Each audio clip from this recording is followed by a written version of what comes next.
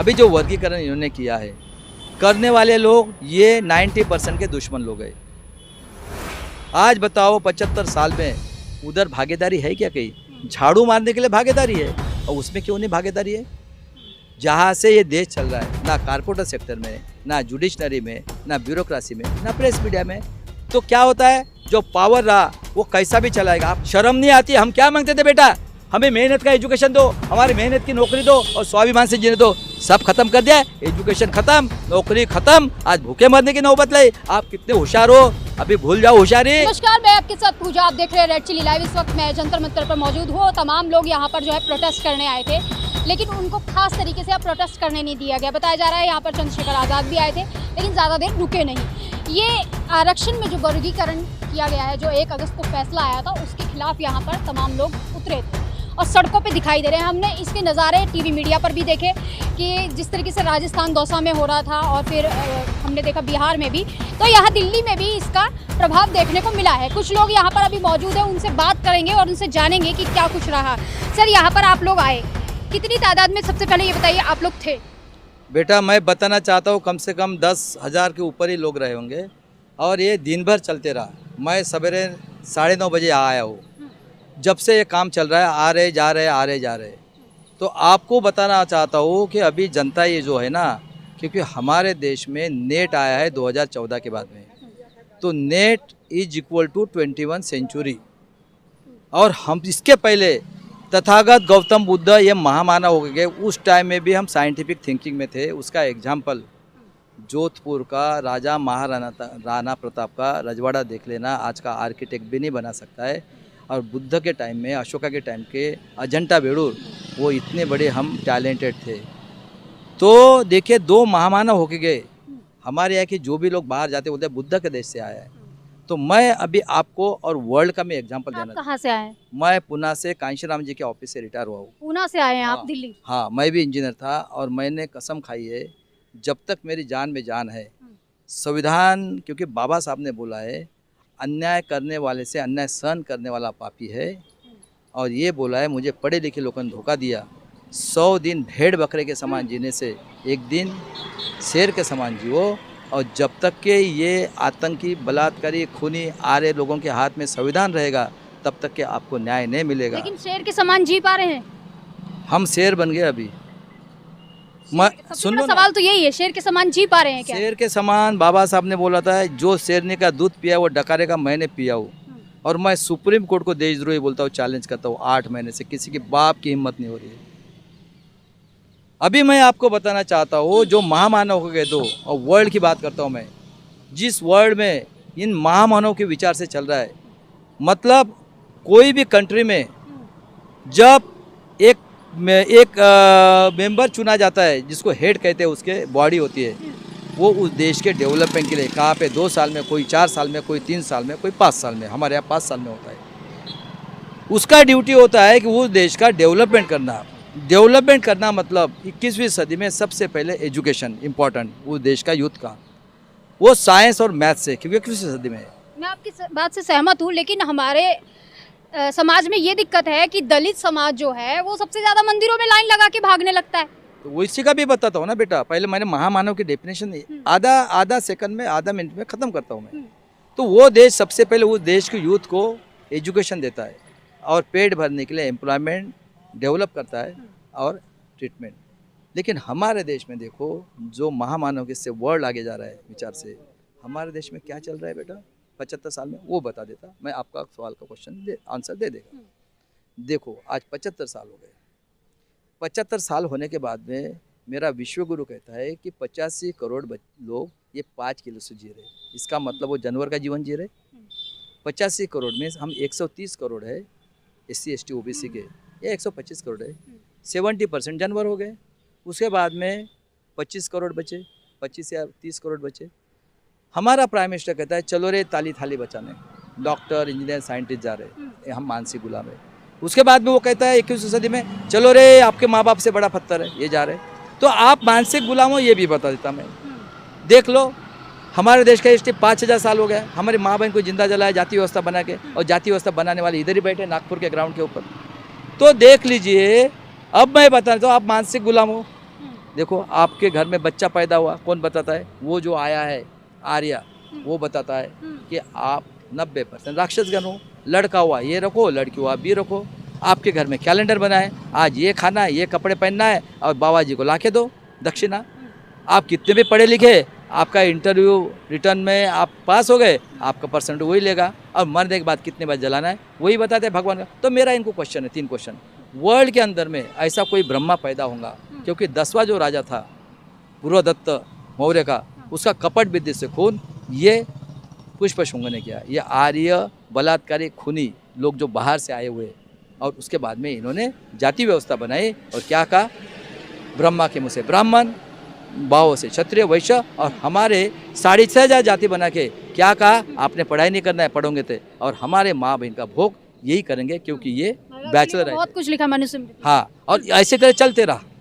उसके बाद में बाबा साहब ने दिया तो आप मानसिक गुलामों में, आप पढ़ाई भी, आप इंटरव्यू वही लेगा, मध्य वही। तो मेरे 3 क्वेश्चन है। वर्ल्ड के अंदर में ऐसा कोई ब्रह्मा पैदा हुआ है कि आज तक है, या स्त्री है?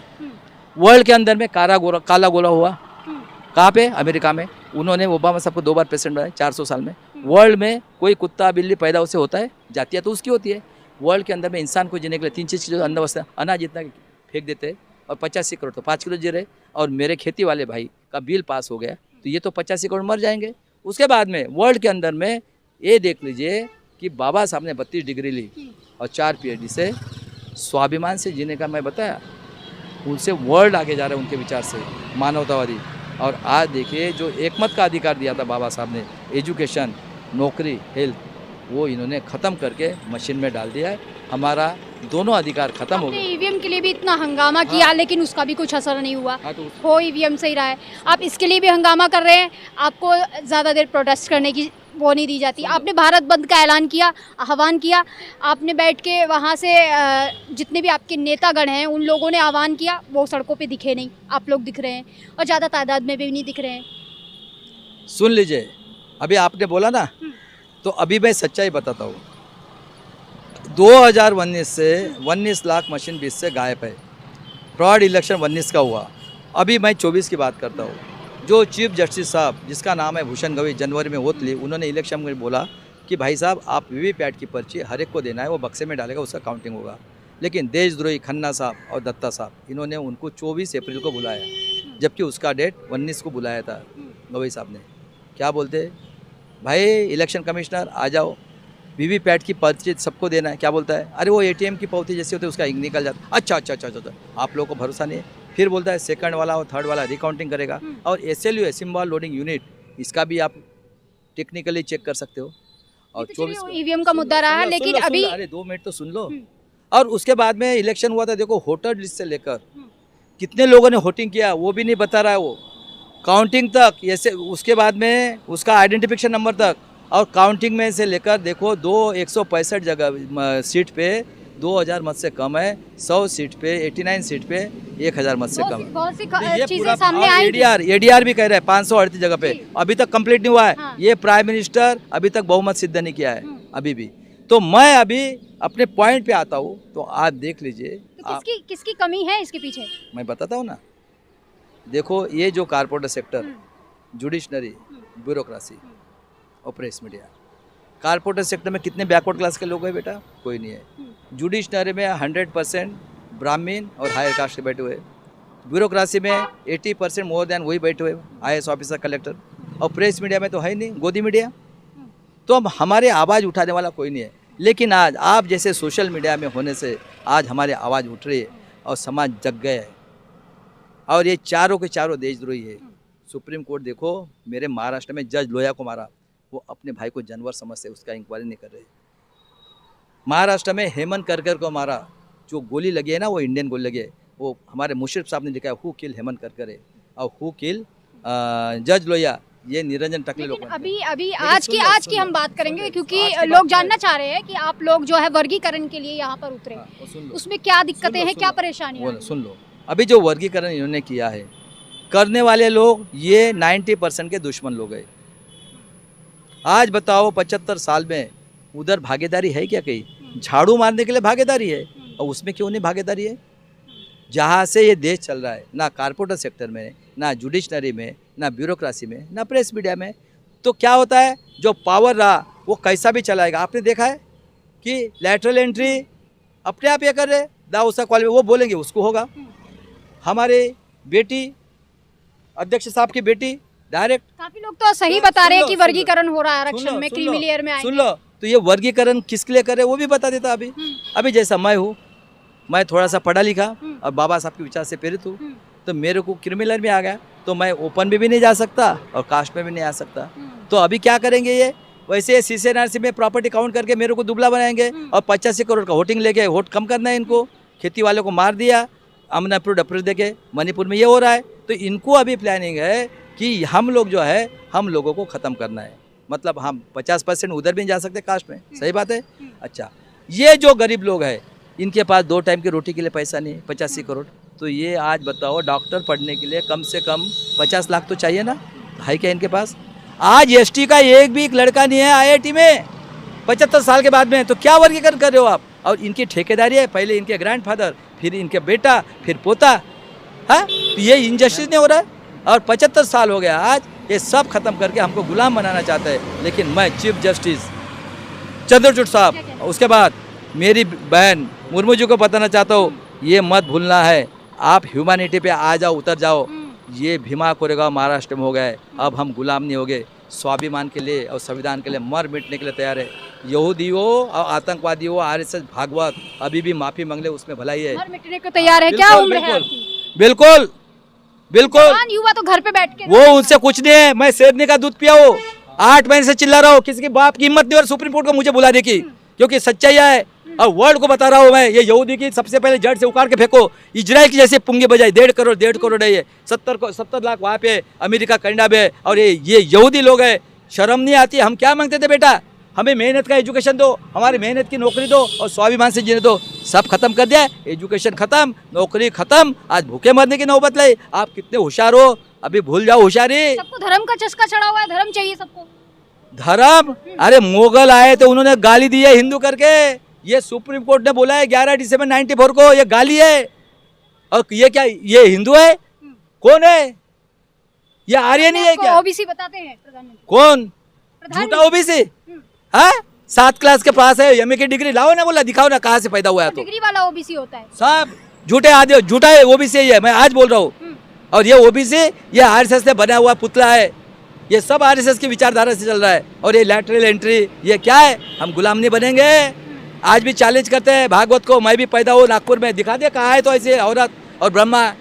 समझ जा भागवत और उसके दलाल लोग को, भड़वे लोग को, सभी लोग। और उसके बाद में राहुल गांधी को भी बोलता हूँ, मेरा स्टूडेंट है वो 3% 90%, और आज कहाँ गया? ये सब देशद्रोही लोग हैं। संविधान ले, किधर है संविधान? तुम्हारा एजुकेशन खत्म हो गया, हाँ, तुम्हारी नौकरी चली गई। मेरे बेटियों को काटा जा रहा है, मारा जा रहा है। गोल्ड मेडल बेटियों को इसी ग्राउंड पे जूते से मारा, हाथरस पे बलात्कार जलाया जा रहा है। हाँ, किधर है संविधान? एजुकेशन है, नौकरी है, क्या है? फ्रॉड इलेक्शन EVM से किधर गए ये लोग? मर गए क्या अभी है इंडिया अलायंस वाले?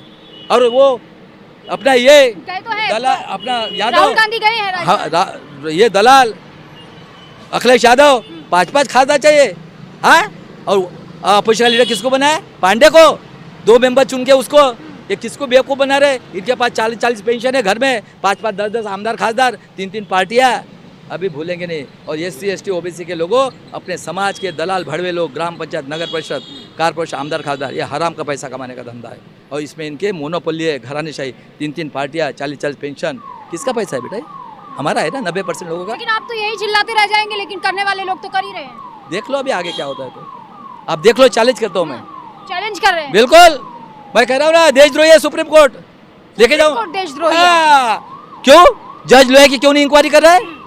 हेमंत करके क्यों नहीं कर रहा? 19 लाख मशीन, अरे समता स्वातंत्र बंधु न्याय के ऊपर संविधान को कसम खाते हो, क्यों नहीं डिसीजन दे रहे हो? सब पेंडिंग है। हाँ, और इसकी याद आ गई, ये भागवत जो यहूदी कर रहा है, आतंकवादी, हाँ, किसको बना रहे हो बेवकूफ? अभी बेवकूफ नहीं बनेंगे, मर मिटने के लिए तैयार है।